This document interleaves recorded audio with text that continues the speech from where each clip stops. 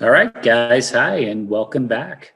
Looks like we've got a lot of folks rejoining us. And while we're waiting, I'm just going to finish up a little laundry I've been doing here. It's really important. One of the big tips that I have from working from home is making sure that you're getting stuff right out of the dryer while it's hot. So when you fold it up, it stays less sprinkly. It's a little tip from Pete. Pete, that's some great news that everyone can use. We're just going to give folks about 2 more minutes so they have a chance to come in, because we don't want them to miss any word that's going to come out of your mouth. God, is that you? It is. She will start for you even, Pete, to keep you I on will. the rails. I love it. And if you had heard earlier, I'm still waiting for my spice rack to come in from Amazon. So my wife is apparently a maniac when it comes to just like throwing random stuff. And since we've been cooking a lot, I'm getting this house organized. One of the questions that came in through the chat already, Pete, is what would we do without you, Pete? Probably thriving. Can I answer that one? We did not mute him.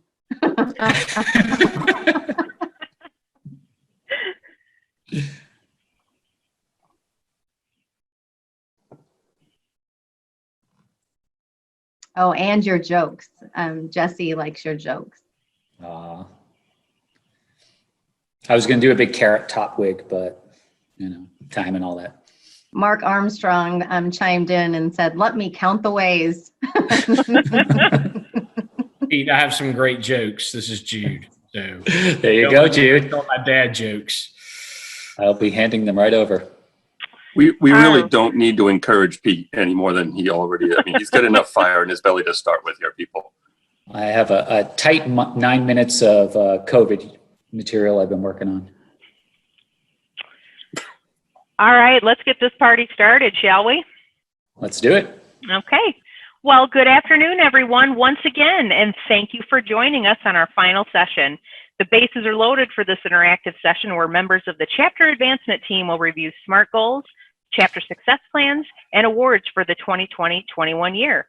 We'll wrap up the day with an open conversation on what we've learned with an interactive panel of volunteers from the Regional Executive Council and moderated by Dayton Benway, 2019-20 CAT Chair.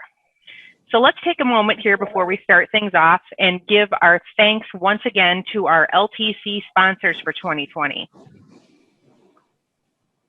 Care Credit, Care Payment, Craneware, Parallon, Patent, Real Cost EPSI, Premier, RevSpring, Russell Investments, Cenex, and Virginia Mason Institute.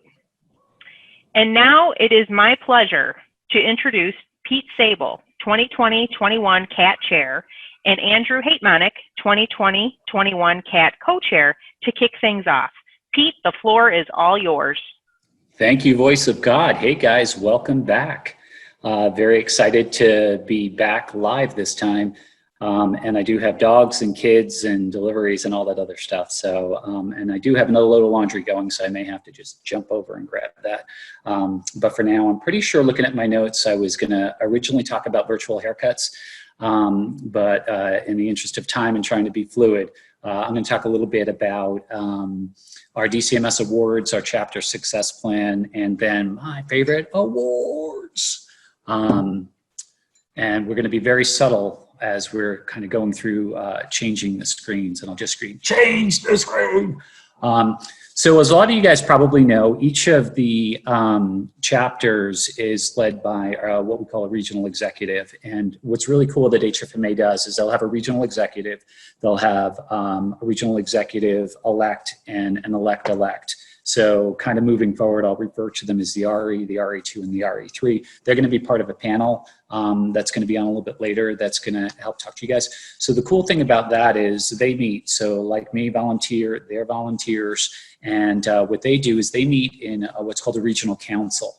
And that happened last fall, thankfully. And after they had received, or what they call the RE, or the Regional Executive Council, they review feedback from each of the chapters each year at what they call the Fall President's Meeting. And that happened in September of 2019, which I had an opportunity to go to. It's really cool. And much of what they heard centered around ideas that chapter goals need to be member-centric, right? It had to have chapter direction that needed to emphasize strategic planning. So the REC considered how to design the dashboard. So I'm going to talk about sort of the dashboard structures, and decided to concentrate on 3 elements. And that's going to be a theme that you're going to see over what I'm going to present over the next couple of minutes. And it's going to be focused on membership, on value, and on engagement. And I'll say from a personal experience, dashboards are very, very important to me when I was leading my chapter here in Nevada. And I felt like it had a good gauge of what sort of needed focus. So the analogy I like to use is sort of a dashboard on your car, right? So you know whether your oil light's on, whether you have gas, whether your engine light's on, whether the seat belts are sort of going. It should be sort of an opportunity for us that don't kind of work with dashboards in our regular work life, the ability to know when something needs some focus. In this meeting with the REC, benchmarks were identified that provide individual chapter feedback on progress, and the resulting monitoring system is made up of 2 components. So it's the 2021 dashboard, and then what filters into that is what we call the chapter success plan. This new system is going to include, as I had said, elements in membership, value, and engagement, and will be displayed as what we call a true dashboard. The chapter success plan will help chapters focus on what we call the key ingredients that help drive success. And then combined, the 2 of these will give you a much broader and deeper perspective of individual chapter performance. Slide, please. Okay, so as you guys can see here, this is our dashboard for 2021. So as I had said in the meetings that the REC Council had, they got all the feedback and they decided to focus on items that would keep member value at the center of planning. So I'll talk a little bit about the metrics. So we've got membership growth. Obviously, you want to grow your chapters.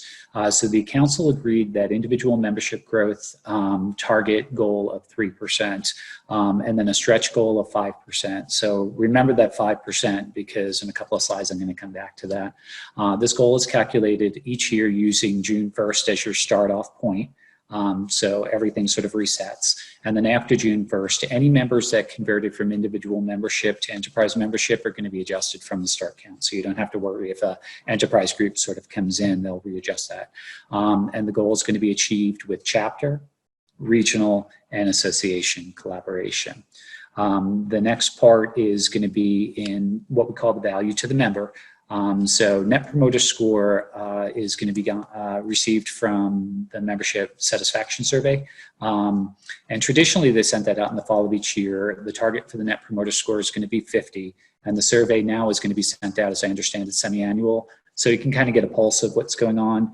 And for those of you that are not familiar with Net Promoter Score, I looked it up in this great little gadget I call a phone, because I deal with it a lot in sort of my work. And it's a really good management tool that gauges loyalty.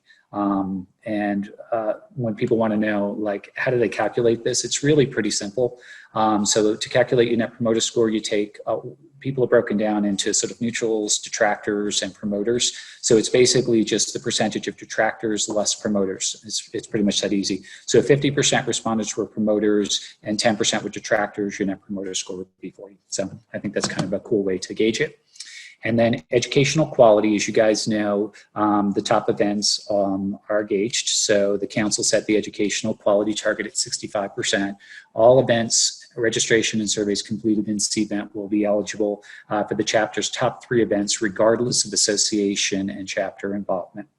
And then the last part is going to be on engagement. Council determined in order to understand the involvement of each member, we need to continue to capture data for how members were engaged in some way with HFMA. So this is something that I think is going to be pretty fluid in our current environment, as we're going to have to find more creative ways to interact with our members. So this could include networking, live events, online education. Live events obviously going to slow down a bit.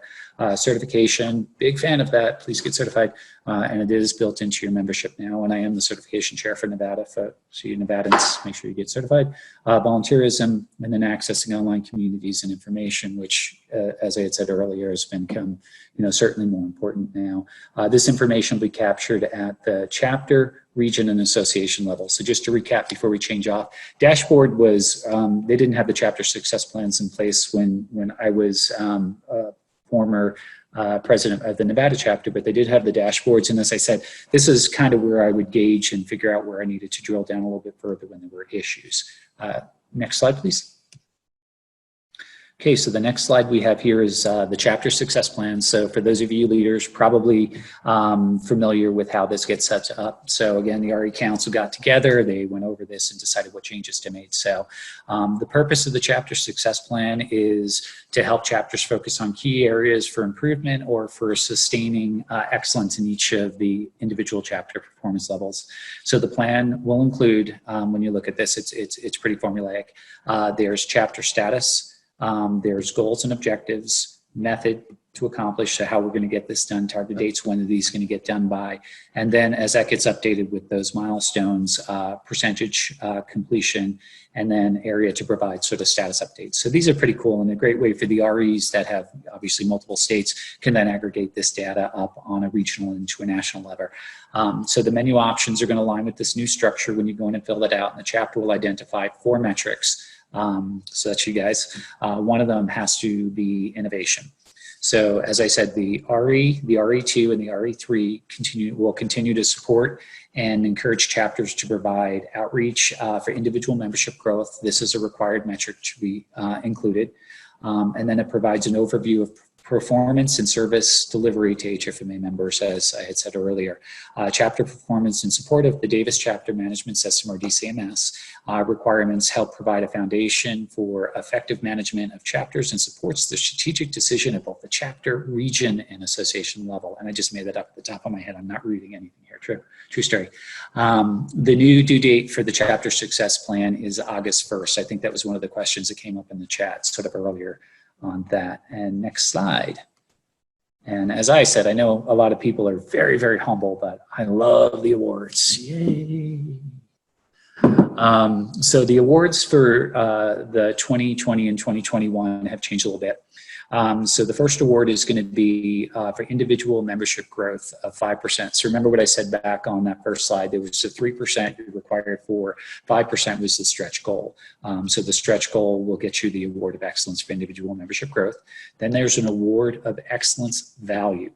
And that is going to be educational quality to achieve a score of 70% or 10% point increase from the prior year. So again, 65%, if memory serves correct, was what the goal is. 70% or 10% increase over the prior year would get you the award of excellence value. Then there's the award of excellence engagement. This one is still kind of being worked on. The council determined more data is needed to sort of set that level. And then there is a new award. Love new awards. Maybe I got to chapter leader again. This one is called the Success Award. So the council created a new award to support positive outcomes from the chapter success plan that we just briefly reviewed. So each chapter and region can submit one application, including supporting documentation, if I can speak, right, in the following 5 categories. So best membership growth, best value, best engagement, innovation, and passion. The top 5 are going to be selected in each category. Top finalists for each chapter or region will submit a video of 90 seconds or less to be played at the 2021 Annual Conference Volunteer Recognition Event, and the winners will be announced live. And that is my part of the presentation, and I would like to hand it over to my esteemed colleague, Andrew.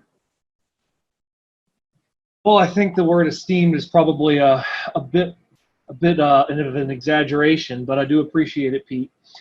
Good afternoon, everyone. Thank you again for joining with us today for our first ever virtual LTC. I wanted to share a few brief words of gratitude before we get started. All of you chapter leaders are integral to the success of the organization, and I just want to say thank you. thank you for your service. I've said it before, I'll say it again. I'm a firm believer that our incredible organization only exists because of a passion and dedication of our local chapter leaders.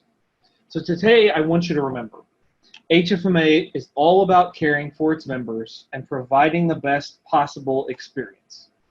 As volunteer leaders, you stand on the front lines serving your colleagues. And one of the best ways you can do that is to have a successful year within your chapter. Now, I don't know if you've noticed, but success is likely to look different this year than it has over the last few years. So as we talk about planning and goal setting, be open. Be open to new ideas, be open to change, be open to the thought that we're going to have to do things differently than we have before. A key element of a successful year in your chapter planning is specifically planning. Given the environment we are currently in and the fact that LTC is being held virtually right now, the focus placed on planning is even more essential. If you haven't already, it's critical to get an early start on the process. Start now. In working with various chapters, we find that the chapters often plan differently. Some prefer to do an annual planning process, while others prepare a mid to long-term strategic plan that covers somewhere in the ballpark of 2 to 5 years. Whatever you do depends on a variety of factors. Your chapter's culture, the experience level of the individuals that are participating in the planning process, the depth of your volunteer pool, just to name a few. Regardless of the plan, the type of plan that you put together, you'll want to include as many members of your leadership team as possible. And then you'll want to direct them to the Chapter Resource Center, where you can find a significant amount of information about the makeup and membership of your chapter. I was briefly on it a few minutes ago, just making sure that I could find some of the information that I was referring you to, and I was pleasantly surprised that there's quite a bit of things that most chapter leaders probably don't know are available to them. So I recommend that you get out there, utilize that data. It is there, you just don't know about it. So if you can go into that meeting, that planning meeting, with your committees and your leadership present, if they have that information, it better informs them as to the needs of your members. And then your planning is going to be based on data-driven facts rather than speculation. If in the process of planning, either for this year or in future years, you'd like the chapter advancement team to assist or facilitate, we would love to do so. All you need to do is complete the online facilitation request form to start the process. Andrew, can I interrupt just real quick on Sure. that? There was a question that came in regards to the chapter advancement team being available for facilitations. And, you know, we are still taking those and you guys are available virtually. So could you touch on that? Absolutely. So when we go in and do a facilitation, and we will hit a little bit on it in a few minutes, but one of the things that we're really focused on is trying to allow the leadership of your chapter to be able to actually participate in the conference or the committee, whether it's strategic planning or whether it's about succession planning or just putting together your annual planning for the year and the education events. Sometimes there may be differences of opinion or strong personalities one way or another, and one of the things that allowing a facilitator from the CAT team to come in and participate, it helps to allow your leadership, who would otherwise be doing the facilitation themselves, to actually participate and not have to be, I mean, I don't mean to say it sometimes a referee, but to assist in the process when you may not have that skill set. So we, as CAT team members, are all experienced, unbiased facilitators who've walked in your shoes. So we're all past presidents of our local chapters. We all represent a broad spectrum of geography, makeup, and chapter size. And we'd love to help you by lending our experience and passion for HFMA to your next meeting. I mean, most of us, we are specifically passionate about the local chapter experience because that's how we all started. That's where we all came from. And so we want to be able to bring that to your chapter if at all possible. So if you're interested in a facilitation, I recommend that you put in your request through the through the website or through the chapter member team, the chapter advancement team request form, a minimum of 3 hours in advance. 3 hours, yes, please don't do 3 hours. It's not going to work out too well. 3 months in advance of your planning so that we can ensure that availability is there and that we can allow for adequate prep time to make sure that we're prepared as we come in to help facilitate your chapter. When planning, we want to maximize the likelihood of success. There's a lot of ways that can be achieved, but today we're going to focus on SMART planning. I know many of you have heard the SMART acronym and have probably used the system for goal setting before, but it is really important that everyone's on the same page as we venture into the planning for the next chapter year. SMART is an acronym that you can use to guide your planning sessions. It has some slight differences and variations, but the same general principles underlie the entire acronym or the entire principle. Your goals should first be specific and clear. Remember that some individuals who are not in the room for the planning sessions may be the ones helping to achieve these goals. As a result, it's important for those goals to be very clear to them in some kind of readable format.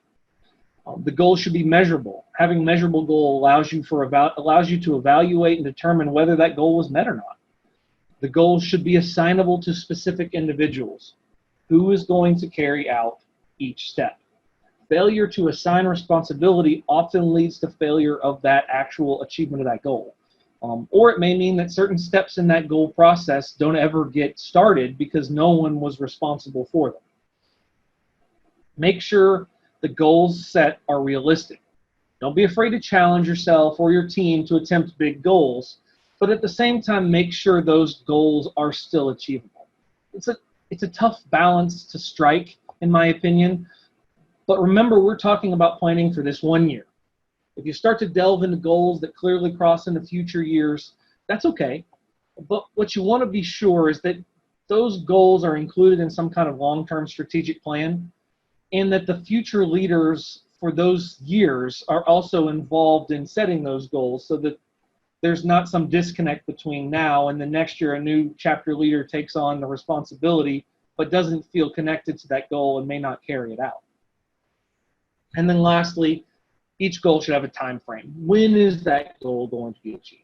If you'd like any assistance with the SMART goals, there is a SMART goal worksheet on the Chapter Resource Center under Plan Your Chapter Year. Another one of the fine documents that I found out there as I was scrolling through the Resource Center this afternoon. In addition to setting SMART goals, another way to increase the likelihood of success is to follow the process of establishing objectives for each goal and then the strategies for how those goals are going to be accomplished. So in the example on the screen in front of you, a chapter has set the goal of improving communications to its members. These chapter leaders, for example, may have met during their planning time and established that one of their objectives to the goal was to develop a unified marketing program for all education events by a certain date. One of the strategies used to achieve that objective of the goal was to request that chapter leaders participate in HFMA webinars focused on social media. So in this case, identification of strategies and objectives for each goal is essentially breaking down that goal into smaller, more achievable and manageable pieces that all point towards achieving the same results. Remember, each goal can and likely will have multiple objectives and strategies. To continue the example, additional objectives for improving member communication could be to create or revamp the chapter's social media presence and or increase the newsletter readership by 30%. Those objectives would have strategies of their own that would break each objective into a smaller, more achievable piece. When creating these objectives, I think I'd recommend that you be sure to specifically identify the individual or individuals who are going to carry that task and include deadlines. Again, remembering to use those SMART techniques we discussed earlier can help to ensure that the success of that objective and that goal is met. Now, I know all this can be daunting, but there are multiple resources available to your chapter as you begin planning for the 2021 year, including the dashboard, event reports, the chapter portal, chapter survey results, the 5-year chapter performance metrics, and other chapter-specific documents. You can use these resources for planning as well as interpreting and supplementing the member satisfaction results. There are a couple other unique items that may be relevant to your planning with respect to your particular chapter, including the organizational chart, job descriptions, as well as things like the bylaws and or the prior year planning documents. In closing, just want to remind you about the resources that you have available to you. First of all, regional executives, past presidents, CAT team members, they've all been where you are and they want to help. I mean, that's the whole point of all of this. This is a family and we want to do our best to make sure that we help you through this this challenging period. And then this year is going to be a little bit more challenging in some cases than others. Facilitations by a CAT team member allow leaders, like I said earlier, to be active participants in those discussions as opposed to being the facilitators themselves.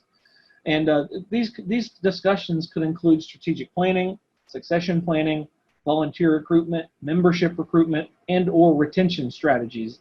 I was recently involved in a facilitation where yours truly, Pete here, joined the Oklahoma chapter to just walk through some of the future and how we continue to grow and include a lot of those things. And it was very helpful to be able to have the outside perspective that just brought some different thoughts into a chapter, how we can continue to improve. If you're interested. Hey, Andrew? Yep. Hey, it's Pete. Hey, my notes told me to come back in, but they didn't exactly tell me why. So I got a joke for you. What's the best thing about Switzerland? I don't know, Pete. What is the best thing about Switzerland? I don't know, but the flag's a big plus. Good, big plus. Switch. Thanks, Pete. Tracy! Remember, you can really quickly. Just I'll be done. You can access the Chapter Resource Center 24/7. And then the important thing, and I mentioned this earlier on the previous session, chapter relations is only a phone call or email away. This team is incredible. They have made my life so much better as I went through my chapter president year. So if you need anything, please reach out to them. They have the answers. Thank you, Andrew. And Pete, you know, you always know when to come in and just cue. So that's awesome. Appreciate it. Thanks, God. You're welcome. And now it is my pleasure to introduce our panel and our moderator for today. On the panel today, we have Jill Johnson, who is the incoming regional executive for Region 2. Jude Kroll, who is the regional executive for Region 5 currently.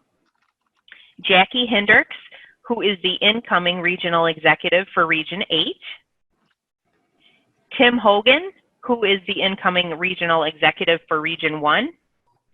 And Ben Shaw, who is a current regional executive for Region 11.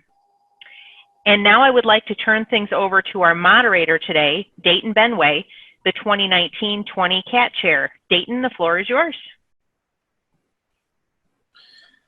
Well, thank you, Jenna. How's everybody doing this afternoon? We've got a, Jack, you need to turn your camera on. We have got a rock star panel today to go through some of the questions that I know are on all of your minds. We were told, Tracy mentioned to us that we should be ready for baseball season, and so we were all some of us chose to wear some baseball stuff, and I'm not sure how it looks on your screen, but on mine, the Yankees and the Red Sox are now right next to each other. So we'll see how this goes. I've got a really bad feeling the Yankees are going to have a much better season than the Red Sox whenever this gets going, since our pitcher's arm fell off and then the other one's in Los Angeles. So this could get rough. Let's jump into the questions then. Oh, good Lord, Pete. So a lot of questions on just what do we do now with live meetings, right? So we've got, that has been traditionally the way that HFMA has provided that really valuable networking opportunity, and it really manages all the different relationships that come together. But going into the rest of the year, certainly unclear what our opportunity is going to be to take advantage of those live events. So Ben, you want to start us out and talk about some of what your advice might be when we think about live versus virtual? Well, first of all, I'm glad to be here and part of this group. I think everybody can agree that live has a lot of great benefits. There's the ability to network a lot easier, one-on-one conversations, that kind of thing. And there's, that personal touch with education is, it's hard to replicate in a virtual setting. However, the reality is that we're going to have to do a lot more virtual over the next year. And while it's hard, the best thing I can say is to maybe start small and get some practice in. But as you kind of get the hang of it, virtual meetings and virtual educations and the things that you guys are doing here today can go a really long way. And we shouldn't stop providing the training and the education that we need when in fact we probably need it now more than ever. And so it could be you have more frequent meetings that are virtual, but you're getting information out to your members a lot faster, with the hope that at some point we can all meet together again in person, because that is really valuable. But given the circumstances, I think that providing shorter sessions virtually is probably going to be a good way to engage people and keep the education coming. Yeah, no, it's great points, Ben. Tim, you got anything to add to that? Yeah, I agree with everything that Ben said. First of all, let me start with a shout out to Region 1, virtual fist bump to all of our leaders. We love you and we appreciate everything that you're doing. I think Ben's absolutely right. Look, there's no right or wrong answer here. What we really have is an opportunity, I think, to work across chapters and across regions to come together and support each other. And communication and planning is really the key. Here in New England, we don't often get characterized as optimists, but I think that's because we usually express our optimism in a really unique way by anticipating all the things that can go wrong when things get better. And things will get better. The challenge is right now, we don't know, are we in the 5th inning, are we in the 8th inning, or are we in extra innings? But because of that, communication across chapters, letting each other know what we're all working on and how we can support each other has never been more important. In Region 1, for the past year, we've had standing bi-weekly calls where our chapter leaders get together. We call them discovery calls, specifically to talk about how we're going to collaborate, work in partnership, and come together. In the past 2 calls, we have pivoted and are starting to focus really with laser concentration on how are we going to help each other with live meetings.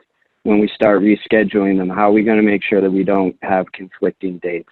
How are we going to coordinate with speakers? And for virtual meetings, the same things. Really, we're all in this together, and it's a great opportunity for us to work together. Thanks, Tim. Great thoughts there. Jude, anything you'd like to add? I think to Tim's point and Ben's point, we can't over communicate at this point. Between chapters, between regions, we're going to have to think outside the box in terms of how we host a conference. Instead of having a 2-day session, maybe we just schedule a week of afternoon sessions from 3 o'clock to 5 o'clock. Instead of having a 3-day seminar, maybe we go to individual facilities and have a single-day session at those facilities with just those members there. We just have to start thinking outside the box in terms of what we're doing, how we're doing it. And to what Tim said and Ben's both said, we cannot over-communicate, because it's going to be important that we support each other, and even across regional boundaries. We're looking at doing things with the state of North Carolina, the North Carolina chapter, and in Region 5, and we're looking to do things with Kentucky chapter. We have to start thinking in terms of more, how can we both all support each other and do what's best for our entire membership. So, put your thinking caps on, and see how can we do things differently, but at the same time still maintain what makes HFMA great, and that's our connection to one another. And some of that networking as well. Yeah. So Tim, one of the things you mentioned in your response was, being mindful of not overbooking events, not getting beyond the next few months as you're looking out and into doing events. Any thoughts there on how you might promote events but not overbook them? How do you cross-sell them? How can you work together within HFMA, but maybe even beyond those boundaries? Yeah, absolutely. It's an excellent question, and I can't say that we have all the answers yet, but I think we're asking all the right questions. Really our first chapter president's call after all this started, we started talking about which events were canceled, which were postponed, how we were handling refunds. And it wasn't long before we all realized that we were all sort of targeting the same rough timeline in the fall to have live meetings. And hopefully things work out so that we're able to do that. But we were all circling the same weeks and months in the calendar. And it just makes it so important to make sure that, as Jude was saying, you cannot over communicate about which dates you're thinking about for events, which speakers you're thinking about. We anticipate for virtual meetings now and for live meetings in the future, there's some really good speakers that a number of our chapters rely on, and they're going to be in high demand. So rather than all trying to take a piece of their schedule and availability, how do we come together, do combined events that really provide the best value for all of our members? Yeah, I think those are great points. Jude, one of the things you mentioned was you're looking at a couple of the other chapters and you're already, maybe thinking about how to work with them. Any thoughts on how you prevent overbooking, or how, in working with them, how you can really benefit the members of a greater area? I think that's where you have to start thinking differently about things. Instead of one chapter saying, "Oh, we have every Wednesday we're doing a webinar." Well, they've communicated with everybody, and we all push out that webinar Wednesday, or something along those lines, where everybody's having an ability to do that. Or you share that, like one chapter does it one week, another chapter does it the following week. And then just sort of plan that and put that out to the entire region. And through your regional execs, and I'm so privileged to work with the group that I worked with this year. They were just amazing, and all the presidents too that they sort of oversaw. But just communicate with each other back and forth. If for example Tennessee's doing a webinar, how can Arkansas be a part of that? And a big piece of that is the relationships that's been formed on the regional exec council. Us working together to try and make things happen across regions and do what's best for the overall membership. And I see the RE2s already have crushed that. They're tight and are handling and do a great job of communicating with each other. So that's one of the things, is tying in that regional exec council and saying, "Hey, we're doing this webinar to my regional exec. Can you reach out to the surrounding regional execs, or even to all the other folks that and see if we can get this out there to everybody?" Because to Tim and Ben's point, we are all in this together. And what makes us this organization great is us working together and putting out the best educational content available. So as we think about that educational content, we're certainly going to have to move to a more virtual experience like we are today in a virtual conference. And, Jill, I'm wondering, what are your thoughts about how do you charge for that? Do you charge for it? And what type of arrangements can you make to provide that education in a meaningful way to our members?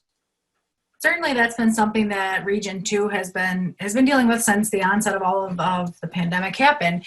It's been a nice process because the chapters of Region 2 that are in New York State and our friends in Puerto Rico as well really work together for these conferences. So we typically would have a roadshow that would start at one side of the state and throughout the week work its way to the other side. We've had the opportunity now to revamp that and retool that and make that virtual conference. So as opposed to presenting it 5 times over the course of a week, it's now going to be presented once we confirm with the speakers and nail down the dates a little more. But then the challenge becomes, do we charge? How do we charge? Because we're previously had to worry about the cost of locations and all of those ancillary costs in there. I think Ben had actually mentioned when he had talked that we need to remember that our members need us more than anything now, and we really need to be there for them. So to the extent possible, our region is trying to cover those costs and offer it free to members or at a very low cost to members, and then minimal charges for non-members, but really showing to our members that we're there. We want to support them as best we can, get them the education that they need, and realize that they may be furloughed. Their organizations may not have the funds right now to support them.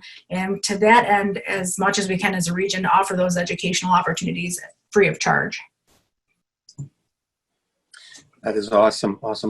So, Jackie, when you look at the size of an educational session going forward or a networking session, have any of the chapters that you work with started thinking about if they want to hold smaller events, or what are they looking at from a size perspective?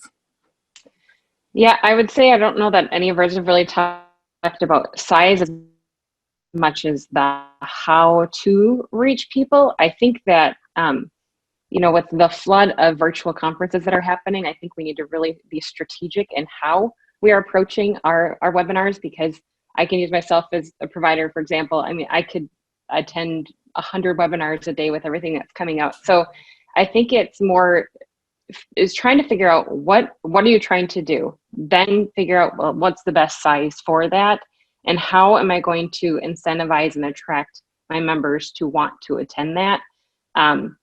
Things like, we're going to offer CP credit for this particular one, and it happens to be offered by one of our sponsors for our chapter. So they get the win with having the members, and our members get a win with getting the CP credits, and it's free. So I think we just need to be more strategic in how we're offering things, and there isn't a one-size-fits-all approach. I think it depends on what you're trying to get at, and then figuring out size and content from there. Yeah. So, Jude, have you seen any of your chapters look at creative ways to market? And are they considering size at all when they're thinking about future virtual sessions? Absolutely. So we upped our Zoom ability as chapter so we can bring more folks in. Then definitely we've what can we market and how do we market these folks? Do we focus in on one particular group and make that where we focus as a region, all of that group, and then planning out those webinars on a weekly basis. We don't want to flood the market, right? And so with tons of information. So we're really strategic about how we do that. And we're planning that regionally. Again, we can't over communicate and looking at each other and saying, or talking to each other, how do we best push this out to all of our membership? So some of the creative ways we've seen them do that is, hey, we're going to send this group of emails to this specific folks. We're going to start doing LinkedIn videos as well, promoting those different things, using all the available social media to push out what we have going on to our membership, because that just means folks are able to pay attention, and they might not be looking at LinkedIn as much as they're looking at Facebook or Insta Live or maybe even TikTok. So you never know what's going to happen there. So we're trying to figure those things out and being creative with it, like using all the social media platforms. So if I'm on TikTok later, you'll understand. I cannot wait to see Jude's TikTok come out later. I think that is going to be must-see viewing. You so all bad. Know it will be. So bad. Yeah. One of the things that dawns on me that may be entirely different. I mean, everything's different now, right? But the value proposition of a sponsorship could significantly change as we imagine what events look like going forward. Ben, can you share any thoughts that you and your chapters have had around how do you provide that value proposition? What are some of the innovative ways that you can work with sponsors and making sure that they're still feeling value for the sponsorship, and they're also getting that kind of personal touch that a lot of us have seen the value in that sponsorship before? Well, I think there's a couple of ways. I think, Jill just even mentioned one a minute ago about, if you've got a sponsor for a virtual session, then they've got, FaceTime essentially in front of your members. But I also think the value proposition for each one of your sponsors is very different. And the best thing, and we talk about over communication with our members, it's also over communicating with our business partners and asking them, what are the kinds of things that you would find valuable under these circumstances. And I think in some cases, some of them are just fine writing it out for now. You've got these long-term relationships and they'll continue to support your chapter. But I think it's also important to find and make that personal phone call from your leadership and say, we know this is different. We know that this isn't what we expected. We didn't have our big spring conference. What are some ways or some things that we could do to provide you value, whether that's, advertising at a virtual conference or something else, or hosting a happy hour virtual kind of thing. So I think it's definitely time to get creative, but I think you have to go to your partners and ask them what they want, because you can give them something, and if it doesn't provide them value, it's not the right answer. No, I think that's a great point. The dialogue is going to be really, really important, I think, going forward. Jill, can you share anything with Region 2 and how maybe have you reached out to any of the sponsors at this point? And has there been a conversation even internally within the region or within the chapters around how to maybe engage sponsors? I know every region is going to be entirely different when it comes to this, because the sponsors of that region, I think are very, we've got some national sponsors, right? And I think we all really appreciate those. We've also got some local sponsors, and those local sponsors are going to come at this entirely differently based on geography and the experience they've had with the association before now. So maybe, Jill, can you speak to that a little bit and what thoughts you've had? Absolutely. So when we were having our planning a year ago and talking about Chapters 2.0, one of the hot topics that we spent a lot of time on was whether a regional sponsorship program would be effective, whether it would make sense. And we had several meetings with a team of representatives from every chapter, and we couldn't make it work, which was interesting. But again, it's geography, it's the local sponsors, and part of it is I'm from the Western New York chapter. The Western New York chapter sponsors are very different from the Metro New York chapter sponsors that are very different from the Puerto Rico chapter sponsors. So to try to get to that harmony level where everybody was benefiting was a challenge, and we decided that wasn't going to work from our regional perspective. Flash forward to to now, we're looking at it from our annual conference for the region may have to become a virtual conference, and that's a discussion that we're having behind the scenes, and we'll be rolling out to our chapter representatives to get their input. But when you're looking at that, how do we take what is our big premier event, move it to a virtual platform, which going through today's LTC has really made us feel good about that process.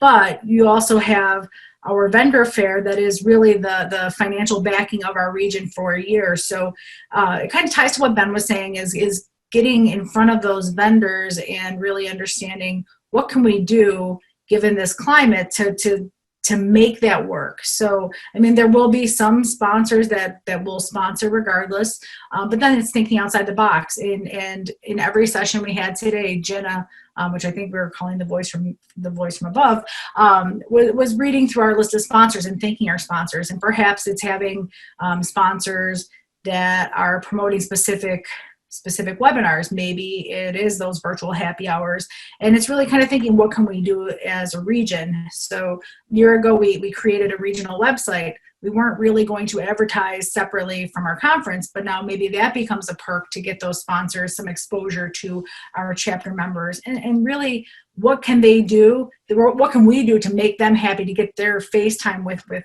membership? So it's a struggle. It's a lot of discussion. It's a lot of thinking outside the box. But in this time, if you can approach these changes and this unknown without trepidation, without doubt, and without fear, but rather with enthusiasm and innovation, then we've won. Yeah, I think that's going to be the key to a lot of what we do is innovation. I mean, that's been a buzzword around HFMA for some time now, and I think it's going to become more and more critical as we move forward.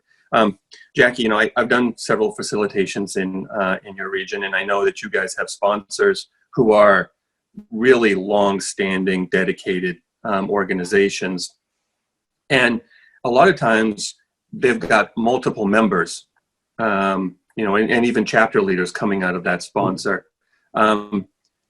what's the type of conversation you'd have with an organization like that, and trying to find the best approach to get them, like I said, that value proposition going forward? Yeah, I think a lot of it is the personal relationships we've developed with our sponsors, because many of them have been longstanding partners. And one of the innovative things that our region has done as well is gotten a regional website, which has been really helpful for our regional sponsors. And so it's making that personal connection, reminding them of the value that they get with their regional sponsorship. At first, I think some of the chapters were a little concerned that it might take away from some of the individual chapter sponsorship, but actually we found it to be very valuable. Our sponsors have found it to be really valuable to have our region and all of our educational events housed in one location.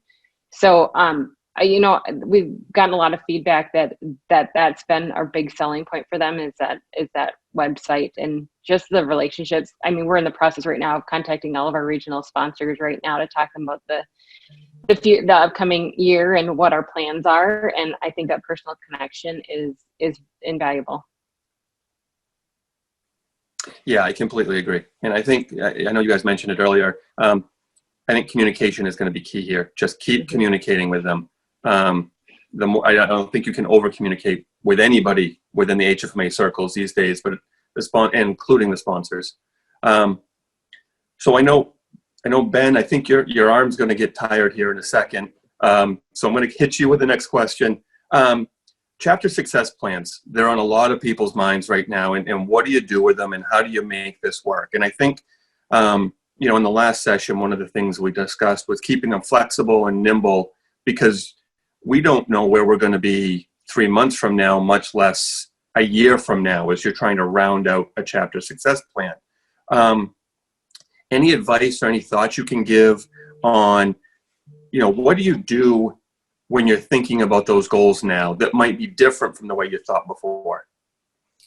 Well, I think that, we just heard about SMART goals, and that's a great framework, but I also think you have to be flexible and be willing to change route if you need to. So you may say we wanted 3 live sessions this year, and you get to something like this, and there's no way you're going to hit that. So how do you pivot and still come out to the same goal? And I think it all comes down to, when we set goals, we need to ask ourselves, what are we trying to achieve? And if we're trying to achieve providing excellent education to our members, and we think we can do that by doing 3 live in-person sessions, that's great. But when the environment changes around you, the goal really is to provide that excellent education to your members. And so I don't think there's anything wrong with saying, this was our goal and we thought this was how we were going to get there, but we're going to change. And in order to reach our members now, we're going to do more virtual sessions as opposed to the live stuff, but we're still going to keep working towards what it is we're trying to achieve, which is improving the value to our members. So it requires the ability to change. But I think sometimes as financial people, we get so buried in the details that you don't want to get those blinders on that say, it said I had to do 3 live sessions, and how am I going to get my 3 live sessions done? Be willing to open your mind a little bit and say, what I'm really trying to do is reach my members, and how do I do that now? I think you're spot on. I also, I think when you're doing that, that takes a different level of engagement with the success plan itself. It's not one of those things where you can, not that you ever set it and forget it, but you set your goals and you had a plan and then you worked them for the year, right? And I think in this environment, it might take a little different framework to work that plan. Tim, can you share with us any thoughts you may have on how do you stay engaged, at a chapter level and then at a regional level when you're looking at that success plan, and can you balance some of those goals amongst, the chapters within your geography as well? Yeah, absolutely. I mean, it's all of the above. I couldn't agree more with everything that Ben said. For me, it's really about mindset this year. What really resonates with me is the way that Grace framed it this morning. There's 3 categories to how you respond to something like this. There's the victim mentality. There's survivorship, which a lot of us are in right now, just trying to get through it. And then there's navigating it. And really, taking the time, especially when we're creating our chapter success plans, to think about, in the future, what type of value do we want to deliver to our members? And really set that as a goal and drive towards it. And we recognize that a lot is going to change in between now and then, and being flexible is absolutely important. But it's really how we approach it, because we have a great opportunity within this challenge to really experiment and innovate and try new things that we haven't tried before. I'll agree with. Yeah, I think you're spot on. Jude, you want to share?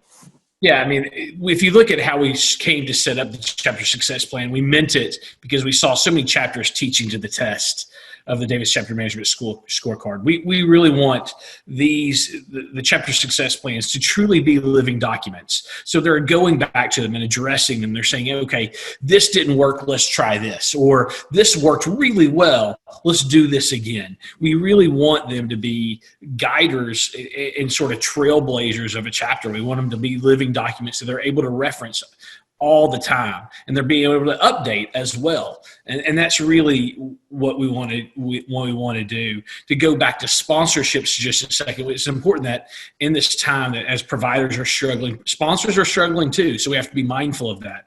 And as chapters, we might want to start thinking about how are we able to put out the best education we can with a lot less sponsorship dollars, or how can we provide more value to those sponsors? Are we able to do commercials for that, our sponsors in between the sessions on the webinar session? So imagine the sessions today, and during those 15 minutes, you let your gold sponsor and then your silver sponsor have 2 minutes, and your gold sponsor have 3. So you have to start thinking about how are we able to do those things differently for our sponsors. So and also maybe we're not, we don't get as many sponsorship dollars in, and how can we do more with less, which is always the question too, right?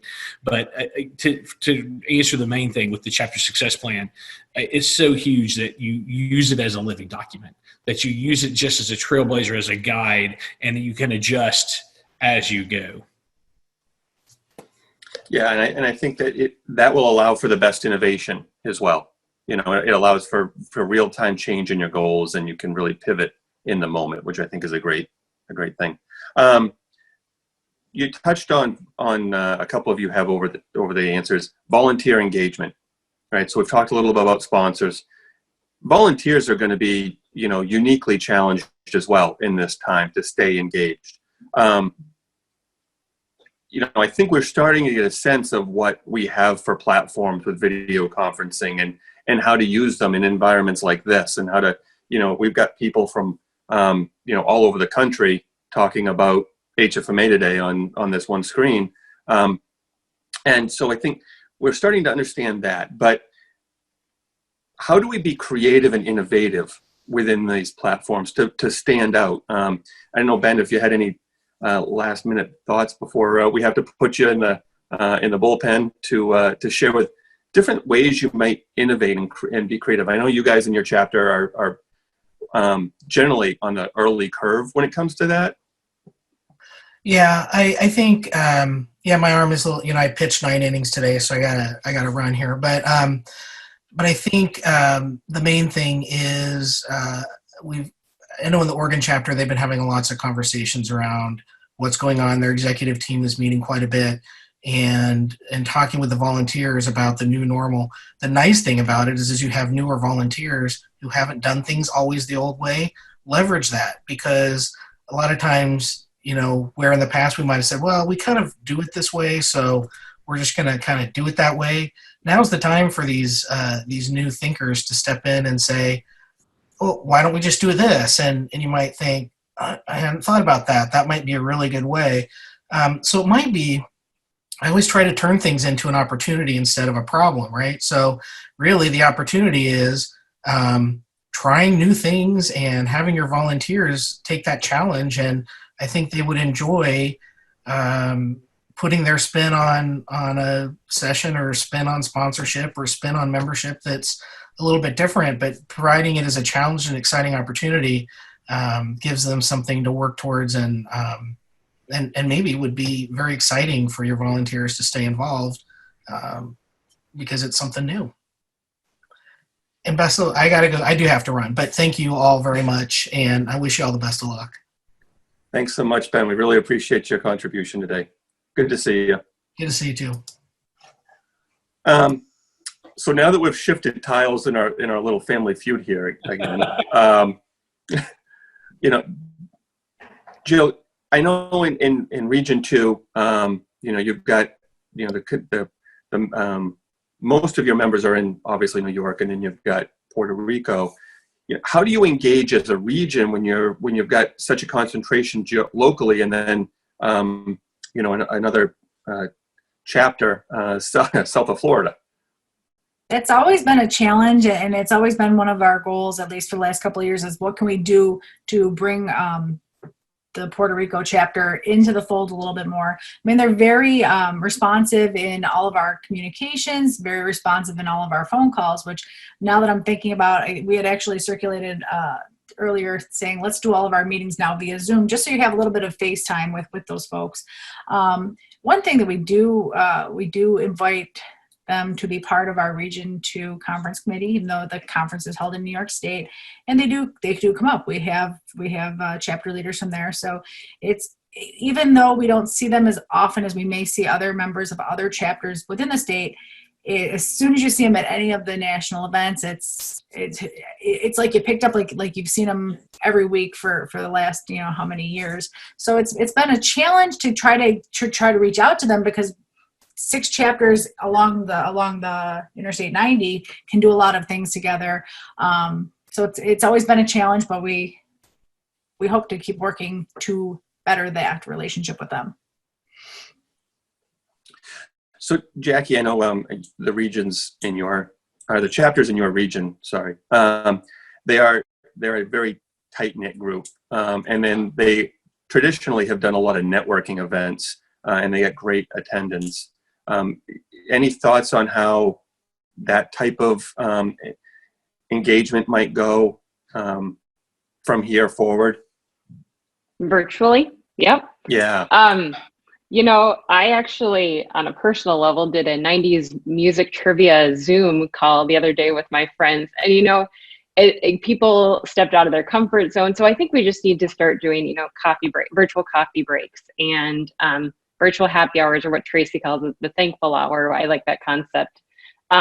There's so many different things that you can do. I think we need to keep in mind that people are stressed right now too. And so to have these fun virtual events, I think people might be a little hesitant at first, but I think if we keep pushing them out, and I got to give a shout out to my home chapter, the Minnesota chapter. I think they've done an excellent job, if anybody's on, with already trying to be virtual, and how can we reach out to more of our members and doing videos and things like that. I think you can sponsorship into that, and then promote some of these fun events. So we're a fun bunch, and I think that just lead by example. If the leaders are pushing it out and sharing how much fun we're having, I think the networking can still continue.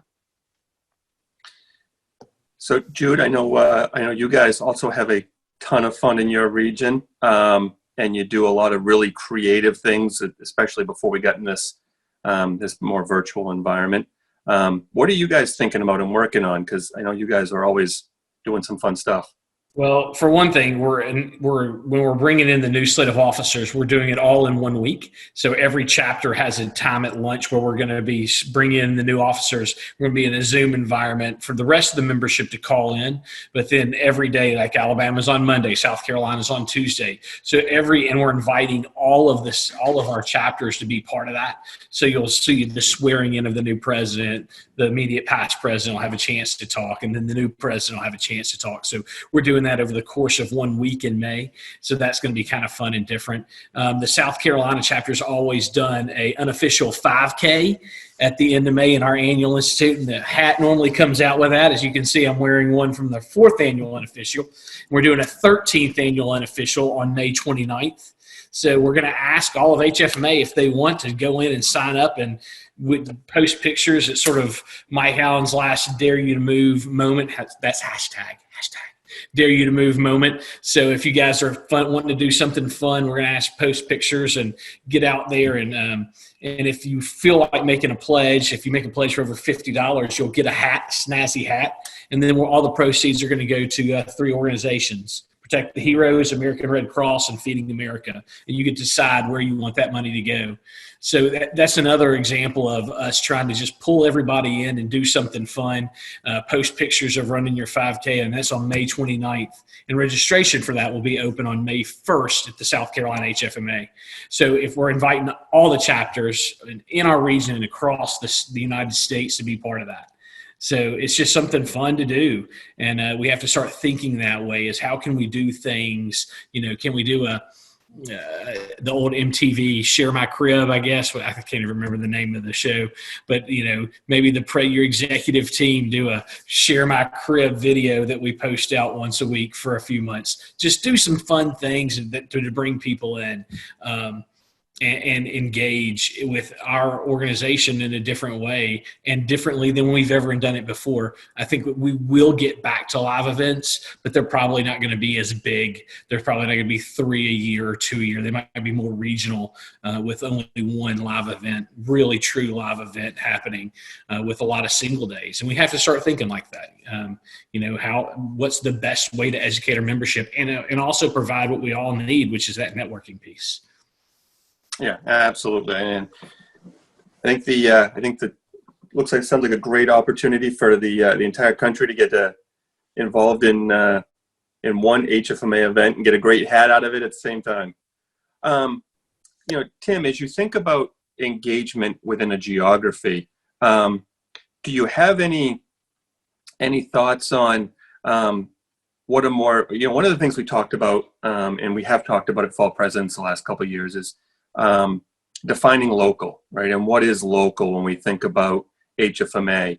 And now in a virtual setting, local, as Jude just pointed out, we could all be part of one networking event for a chapter, right? And that could be our local in this new virtual environment. Do you have any thoughts on what might happen within within a region or within multiple chapters as they try to define their own local and engage members at that level? Yeah, it's an excellent question. And I'm going to define local for myself as including the South Carolina 5K. I'm going to sign up on May 1st, Jude. And it's fantastic. I see in the chat section right now, there's people committing to sign up as well. So that's fabulous. And I think that's just a great example. We have, again, now a really good opportunity to redefine local, to bring together people from multiple different chapters, multiple different regions, because like I said at the beginning, this thing is going to have a beginning, a middle, and an end. And when it does end, and we're able to go back to live in-person meetings, what I'm hoping for everybody is that you've made connections with folks in other chapters, in other regions, that you otherwise wouldn't have been able to. And so when we do go back, whatever live events look like in the future, or whatever our virtual meetings and networking looks like, that we're a stronger HFMA and across all of our chapters. Yeah, and I think you're right. I think we have a real opportunity to change the entire dynamic here. I think, Jill, let's toss this one to you. It's unfortunate but realistic that I think a lot of the folks within HFMA and maybe a lot of our friends are going to end up either laid off or furloughed or have some sort of kind of work experience. So how do we keep them engaged and keep them, volunteering or increase their volunteer capacity when they have so much else going on in their lives? I think the first thing is reaching out, just having that personal connection and I guess the having the sympathy and the empathy of the situation. So every organization every single day is furloughing more and more, and it's every time you see that, it's just gut wrenching, because it's your colleagues and your peers and the people that you've made these connections with, and first just reaching out and having the connection and letting them know that we understand if there's anything we can do. Obviously the volunteerism with everything going on is a challenge, but maybe it's something that they want to have that distraction. Maybe they want to be able to look at somehow a new meeting that we're having virtually, or organizing our team to do the 5K with South Carolina, and going from that perspective, but just letting them know that they're not alone, to the extent that we can have those connections. And Tim said it best. It's not just among your chapter, just among your region. It's among all of HFMA. You might not know somebody, in a South Carolina chapter, but through all of these communities and through the website where we have the communities, you may have those connections, and somebody may know something that they could help you down the road. And having just listen to people. It's the best thing you can do is listen to their concerns, offer anything you can, just support. We all need to support each other through these challenges. I think you said that perfect. Certainly going to take an entire family of HFMA to keep us all going through this. Jackie, when we look at those folks who have been affected by some sort of change in job, whether it be a layoff or a furlough, any thoughts or recommendations on how to best stay communicated with them when their contact information may have been the employer, that they don't have access to emails anymore? And what's some strategies a chapter could use to stay in connection? Well, again, we have to be just reaching out, over communicate, like Jude tells us all the time, communicate.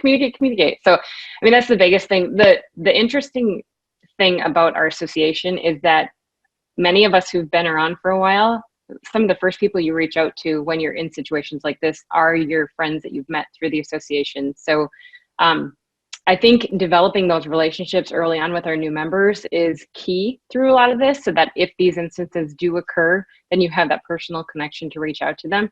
But again, it's not going to be a one size fits all. I think it's just, tag teaming within your chapter, reaching out to people. And, there's going to be some turnover within your leadership. And I think that leaders within the chapters are going to have to be prepared for this, that, you might have somebody who got laid off or because of COVID is consumed and can't commit to the leadership anymore. So I think just being prepared for the unexpected and just roll with it and split it out among your team and let people volunteer to reach out to people one-on-one too. Yeah, I think that's exactly it. Over communicate. I don't think you can say it enough. When we look at, Jude, I think you mentioned this earlier, that when the REs get together, they're generally a pretty tight knit group. And I've been a regional executive, and I know my class was really tight. In fact, we all still stay, keep in communication in some way or another. When you look at that, what do you see as opportunities that the next couple of classes of REs have to allow for communication and information to be shared more broadly than just your region? How can they work together to change the dynamic of the communication you guys keep referring to? I think there's a lot that goes on there. Obviously, if we can be in Orlando next year at LTC, that's phenomenal. And I would encourage the REs to work together to have mixers with the other regional executives and their teams of presidents and president-elects at the fall presidents meeting and at the LTC. So they start to have those cross communication between Region 1 and Region 2. For us in South Carolina, or the South Carolina group, which is my home chapter, but in Region 5, we have always, and for the past 3 years, we've done the fall presidents meeting and at LTC done a mixture with Region 4, because that's the region that connects with us the most. So doing those events when we are able to be live, and then of course just reaching across. There's, when I see my fellow REs from this class, it puts a smile on my face, because we've hammered out some tough issues, and we've battled, trying to do what's best for our chapters and what's best for that organization as a whole.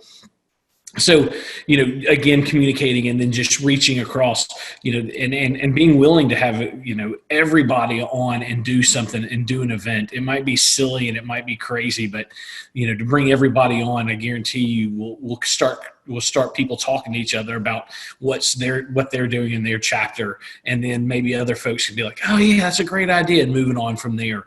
Our Georgia chapter just did a great networking session last week where they did a game and brought everybody on, and there were 30 or 40 people there, and they just had a chance to talk and talk about their experiences. And the best we can do, other chapters join that. The best we can do is to do those type of activities. And when we're live, I mean, it means nothing to, see Tim and be like, Tim, what's up? Tell me about everything. And he'll be wearing a sporting a new hat because it'll be beautiful. South Carolina HFMA unofficial 13th annual unofficial 5K. And so he'll be looking great in it, and I'm stoked to see it. It'll be fun because we will see each other. We are a big family. This today just does my heart well, just to see everybody here on the Zoom and the folks. It makes me really happy. So if that helped or answered your question, I hope so. Yeah, no, absolutely perfect. I think it dawns on me that before we even got into this, virtual environment, we're all working from home. We already had a lot of pressure on our work lives, right? And there was already a lot of things that we were responsible for, and time seemed short. And now we're working from home, and a lot of you are, if you've got young kids, that means you're also, while you're a full-time employee for your place of business, you're also a teacher, possibly, or a daycare provider. Tim, what do you think the opportunities are for us to take that kind of next level step with micro volunteering and really provide a lot of different touch points for folks that they can fit into what is a really hectic schedule, even though we're at home? Yeah, this is such an important point because nationally we're going through a really big experiment right now in multitasking, right? And everybody's getting up to speed on virtual, how to run effective meetings, what your new day work schedule is going to be. I've traded a 3-hour round trip commute each day. But it just seems like I'm just as busy as I was before. So I think it's going to be really important and incumbent for us to figure out how do we take those multitasking opportunities with the 5, 10, 15, 30 minutes that people may have available during the day where they can contribute in a small way towards a larger project to help support their chapter. Rather than committing a day or 2 days to volunteer at an event. And if we take those little slices of time, a half hour spread over multiple members, we can accomplish something really extraordinary across HFMA, both in terms of moving large projects forward, but then also engaging a much larger group of volunteers who maybe didn't have a day or 2 days available to commit and focus on an event, but absolutely can provide 30 minutes a week over the course of a couple of weeks. Yeah, no, I think there's going to be a lot of opportunity for us to engage in entirely different ways. We've only got a couple minutes left here. Jill, let me ask you this: when you're looking at, there's been a big focus on early careerists, and that doesn't necessarily equate to age, but folks who are either early in their career generally, or just early in a second career within healthcare. How do you see engagement going for that group, and what do you think some of the best ways to reach out to that group might be? It's actually something that my home chapter has struggled with as our workforce is kind of has retired off and the new folks have come on. I think the biggest thing is there's so many ideas that the people that that are new to the healthcare industry, either coming out of college or coming from a different career path. They just have so many ideas and so many things that maybe over time we've become stagnant, and we always do something this way because it's always been done that way. And just keeping in mind that there's no bad ideas. So reaching out to them and maybe it doesn't become we have to plan something. Maybe it's just reaching out and saying, let's have a 30-minute brainstorming session about what would you like to see as a new member? What could you use in your career that HFMA could provide for you? Maybe it's not training. Maybe it is just, having a mentor program. And in one of our chapters in our region has created a mentorship program that was very successful. So just reaching out and just picking their brains, having that brainstorming session and seeing what do they need? What are they needing in their career? What are they needing personally, professionally, that maybe it's something that we can tap into. No, I think you hit it right on the head. I think it's just, I think we all remember that time we were asked to do something in our HFMA lives, and it actually felt pretty good. And then once you get involved, there's no turning back then. I think you start to realize what the real value is of the association. And once you're in it, it's that family you just can't get out of. And then, as Jude said, you can't get out of them, but you're really excited to see them. So, it's certainly a win-win all the way around. Well, I want to thank you guys. I know we're getting pretty much close to time here with the time we had this afternoon. So, Jill, Jackie, Jude, the Jays, and then Tim. Thank you guys very much. And we want to thank Ben, too, who had to jump off a little early. But I want to thank you for your time and your insights. Certainly, Jenna, such a bad choice. I got a prop. Go Twins! No. Mm-hmm. Anyway, I want to thank you guys all for your time and your insights. It's a great conversation, and I hope you all stay safe and healthy. And I want to echo Dayton's thank you. Thank you so much to Jill Johnson, Jude Kroll, Jackie Hendricks, Tim Hogan, Ben Shaw, and our awesome moderator, Dayton Benway, for sharing with everyone today. And I'm going to fly the W, baby, because this was a win-win today. Don't hate. I know you're jealous. Thank you, everyone. That was an excellent session, and we can't wait to answer a lot more of the questions that came in through the Q&A pod during that session. So we'll be answering those via video later as the time is not permitted today, and there are some awesome questions. If we may be sharing those in the community this week as well, because I think some of them are pretty timely. Most of them were answered during the session, but just know that we will be sharing those answers. So we wanted to share some of the images that we've been seeing through our hashtag today. Hey Tracy, did our panel put a child to sleep? I don't think so. They were very engaging. So Pete, we're gonna mute your line. So thank you guys. We appreciate everything, and enjoy your afternoon. And we look forward to the next time. I think we have a council meeting May 14th, so we will all be together on that day. We appreciate it. Thanks, everyone. Thank you. Thank you. Thank you. And we just want to give a big shout out to everybody that has posted on social media with our hashtag 2020 LTC. Just to name a few: Northern California chapter, Leesley Barkley, Metro New York chapter, Clint Jones, Mary Pendergast, Jasper Powell, Hudson Valley, New York chapter, Philadelphia chapter, Mike Rossi, Jason Rohr, Connecticut chapter, Elizabeth Bina, Christine J., Oregon chapter, Louisiana chapter, Michelle Erich, Myra Oliver, West Virginia chapter, and Warren Culler. I know that there are so many more. Thank you to everyone for posting. Keep them coming. It is really a great way to keep us together even when we are apart. And we also wanted to just thank everyone so much for the crowd participation today. I know we didn't get to do the wave and we didn't fire t-shirts into the crowd, but I know I had a lot of fun as Brivana and Alex Trebek, and I hope you all had fun too. I'd particularly like to call out all those winners of the game shows today. We had Buffy, Jill, Denise, Mike, Bob, Jason, Mike, Danielle, Abby, Brenda, and Jason. So be watching your email for something from the chapter relations team. Thank you. Thank you. So we are going to be sharing our lessons learned throughout today. We didn't go quite off the rails, but we did take one of those fork in the roads a couple times.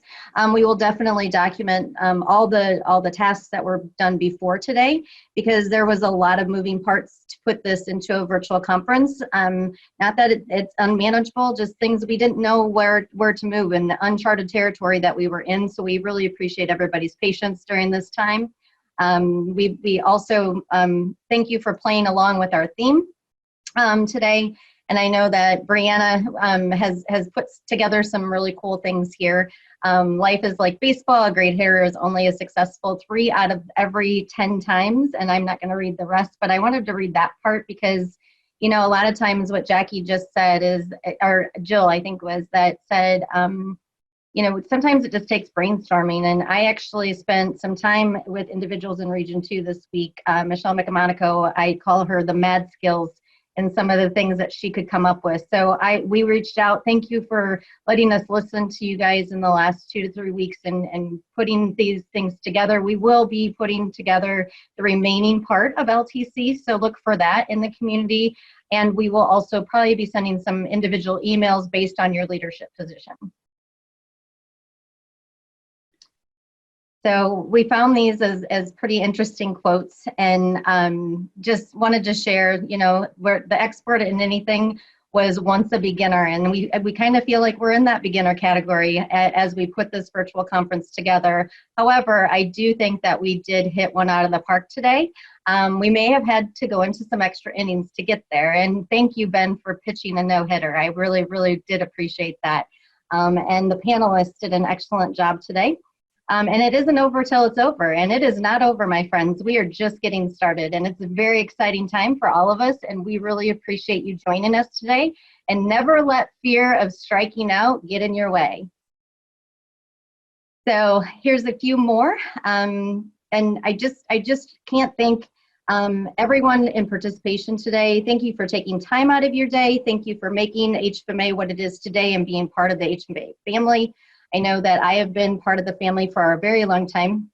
I think today I figured out that it is actually 18 years, and yes, I started when I was 12, so that's a good thing. Jenna happened to be one of my first individuals be in a chapter leader position that I was connected with, so I've been graced with her presence that long. So, you know, that is amazing too, that we still are together. And we've been blessed this year to get Brianna and Erica as part of our team. And in the background, we have another staff member, Maribel, that has been the leader of running this thing for us today. And there is a lot of stuff going on in the background. So I can't thank everyone today. MSC for taking the questions and getting out the information for connections. It really was pretty seamless. So know that there are a lot of things that need to happen beforehand, but I can't thank each of you today. Like, this has been an amazing, amazing experience. We have some things to go back to the playbook and maybe make some adjustments. So we may have a new pitcher, but you know, with Ben pitching the no-hitter, we'll probably start with him and then move forward with somebody else. But we'll have to look at our options. We might have to bring somebody up from the minor leagues. We're not quite sure yet. So I can't thank each and every one of you any more than coming from the bottom of my heart. I think that this has been an amazing journey, and we want to end with sharing some of the information that was shared on our social media hashtag 2020 LTC. So keep them coming. We will continue with that hashtag when we do our sessions in the future. So we will see how many we can get out there. More information will be shared in regards to the 5K. I know that there was some questions around how they get registered, etc. That was May 1st, I believe Jude said. And we'll make sure that that information is populated for everybody to get involved. So thank you, everybody, and have an excellent afternoon. Take care. Bye. Until next time. Until Bye. next time. Thank you.